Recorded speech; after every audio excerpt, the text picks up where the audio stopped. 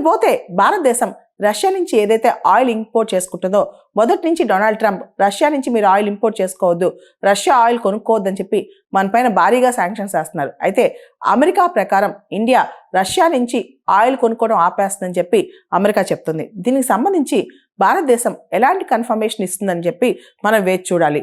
అయితే అమెరికా నుంచి భారతదేశం భారీగా ఎనర్జీ కావచ్చు, గ్యాస్ కావచ్చు, ఇవన్నీ కూడా ఇంపోర్ట్ చేసుకోవడానికి అంగీకరించినట్లు కూడా అమెరికా చెప్పిందనమాట.